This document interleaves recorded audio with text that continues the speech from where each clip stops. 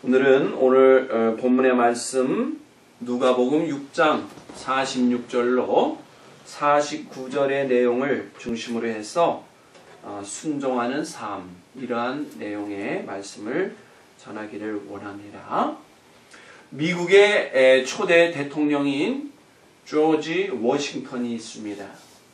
미국의 건국의 아버지요, 미국의 많은 사람들이 존경하는 분, 첫 번째 대통령인 이 조지 워싱턴 대통령이 어느 날 어머님의 생일날을 맞이해가지고 친지들과 또 많은 사람들을 초청해서 파티를 열었습니다.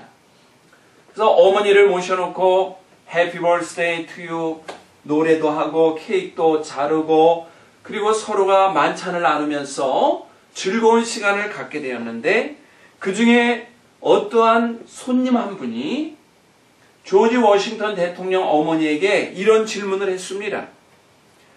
대통령 어머니께 한 가지 질문이 있습니다. 우리 어머니께서는 어떻게 아드님을 키웠길래 이렇게 위대하고 훌륭한 아들로 키워서 미국의 대통령으로 만들었고 또 모든 이들에게 존경받는 사람으로 여기까지 키워냈습니까? 하고서 질문을 했습니다.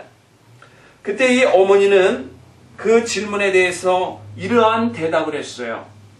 예, 나는 아들에게 아무것도 해준 것이 없습니다. 한 가지 아들에게 늘 부탁한 것이 있다면 하나님께 대하여 절대적으로 복종하는 삶, 순종하는 삶을 살라고 가르쳐 준 것 밖에는 다른 것이 없습니다. 이렇게 답변을 했다는 것입니다. 조지 워싱턴이 미국의 초대 대통령으로 위대한 인물이 되었던 것은 바로 어머니의 기도, 어머니의 가르침 속에 하나님의 말씀을 순종하고 하나님께 대하여 복종하라는 가르침을 잘 받고 따랐던 그 아들이 훌륭하게 되었다는 사실을 우리가 볼 수가 있습니다. 그렇습니다. 오늘 이 말씀 속에는 우리가 믿고 따르고 순종해야 할 중요한 사실을 기록하고 있습니다. 우리가 누구의 말씀을 따라 순종하며 사느냐에 따라서 그가 가는 길이 달라져요. 좋은 사람, 좋은 이야기를 듣고 따라가면 좋은 곳으로 가게 돼 있어요. 그런데 악한 사람, 나쁜 사람의 말을 듣고 따라가면 어떤 곳으로 갑니까? 나쁜 곳으로 갈 수밖에 없는 것입니다. 오늘 우리에게 허락하신 귀한 말씀은 바로 우리의 창조주가 되시는 하나님, 우리 구주가 되시는 예수 그리스도의 말씀을 잘 듣고 순종하여 살면 하나님께서 놀라운 은혜로 우리를 붙잡아 주시고 하늘의 신령한 복으로 채워주신다는 말씀을 가르쳐 주고 있습니다. 그렇다면 성경 말씀에서 가르치고 있는 우리 그리스도인들이 순종해야 할 대상은 누구일까요? 우리는 하나님만 순종하자 그러지만 성경은 몇 가지로 나누어서 순종해야 될 대상을 가르쳐주고 있습니다.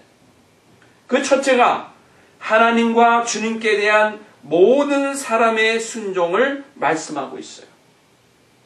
사도행전 5장 29절에 보니까 베드로와 사도들이 대답하여 가로되 사람보다 하나님을 순종하는 것이 마땅하니라. 사람보다 먼저 누구 말씀에 순종하는 것이 마땅합니까? 하나님을 먼저 순종하는 것이 마땅합니다. 오늘 말씀에 누가복음 6장 46절로 49절 내용 중에 보면 너희는 나를 불러 주여 주여 하면서도 어찌하여 나의 말하는 것을 행치 않느냐?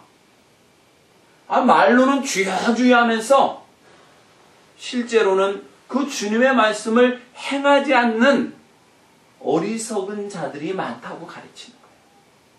우리가 아버지, 어머니하고 부르면 그 아버지와 어머니의 말씀을 잘 따라서 순종해야 착한 자녀이듯이 우리가 주여 주여 하고 부르는 것만이 중요한 것이 아니고 그분의 말씀을 잘 따라 행하는 것이 중요한 줄로 믿습니다. 바로 하나님과 주님께 대한 순종을 가르쳐주고 있습니다.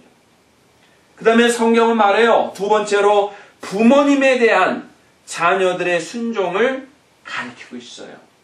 에베소서 6장 1절에 보니까 자녀들아 너희 부모를 주 안에서 순종하라. 이것이 옳으니라 그랬습니다. 정말 복된 자녀, 사랑받는 자녀가 되려면 그 부모님의 말씀을 잘 따라 순종하는 자라야 된다고 가르쳐주고 있습니다. 이렇게 부모님의 말씀을 잘 순종하고 따를 때 하나님은 어떤 약속을 하셨는가? 이 땅에서 잘 되고 장수의 복을 누리도록 자녀들에게 복 주시겠다고 약속을 하셨습니다. 세 번째는 남편에 대한 아내의 순종을 교훈하고 있습니다. 에베소서 5장 22절에 보니까 아내들이여 자기 남편에게 복종하기를 주님께 하듯 하라 그랬습니다. 한 가정이 화목하고 한 가정이 행복하려면 자녀는 부모님의 말씀을 잘 순종하고 받들어야 되고 아내는 남편의 말씀을 잘 순종하고 받들 때 그 가정의 행복의 열매가 주렁주렁 연그러 맺어지게 될 줄로 압니다. 물론 중요한 것은 부모님의 말씀이나 남편의 말이 하나님의 말씀에 합당할 때 순종하는 것입니다. 하나님의 말씀을 어기고 그릇되이 가르치면서 순종하라 그러면 그것은 합당한 것이 아니죠. 아무리 부모님이 권위가 있고 남편이 권위가 있고 상전이 권위가 있을지라도 하나님의 뜻과 합당한 내용을 명령하고 가르칠 때 이것을 순종하라고 말씀합니다.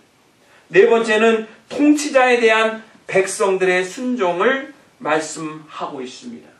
디도서 3장 1절에 보니까 너는 저희로 하여금 정사와 권세 잡은 자들에게 복종하며 순종하여 모든 선한 일을 행하기를 예비하게 하며 이렇게 말씀했어요. 한 나라의 백성은 그 나라의 왕, 그 나라의 대통령을 잘 받들고 그분의 말을 따라 순종하라고 가르치고 있습니다. 그래야 나라가 편한 것이에요. 대통령이 어떤 일을 하기 위해서 백성을 이끌어가는데 백성들이 싫다고 반발을 하고 원망을 하면 그 나라의 화평이 깨져요. 물론 잘못된 것을 명할 때는 불복종할 수 있어요. 그러나 바른 것들을 백성들을 위해서 합당한 말을 하고 대통령이 이끌어가는데 계속 반발한다 그러면 그 나라는 화평하지가 못한 것입니다. 다섯 번째로 교회 지도자에 대한 성도의 순종을 교훈합니다. 히브리서 13장 17절에 보면은 너희를 인도하는 자들에게 순종하고 복종하라. 저희는 너희 영혼을 위하여 경성하기를 자기와 회개할 자인 것 같이 하느니라. 저희로 하여금 즐거움으로 이것을 하게 하고 근심으로 하게 말라. 그렇지 않으면 너희에게 유익이 없느니라. 이렇게 말해요. 그러니까 믿음 안에서 신앙생활할 때는 그 교회를 이끌어가는 지도자들에게 순종해야 된다고 말씀을 하고 있습니다. 여섯째는 육체의 상전에게 순종할 것을 교훈합니다. 에베소서 6장 5절에 보니까 성실한 마음으로 육체의 상전에게 순종하기를 그리스도께 하듯 하라 이렇게 말씀했어요. 그러니 학교 다니는 학생은 선생님의 말씀을 잘 순종해야 되죠. 회사 다니는 회사원은 사장님의 말씀을 잘 순종을 해야 됩니다.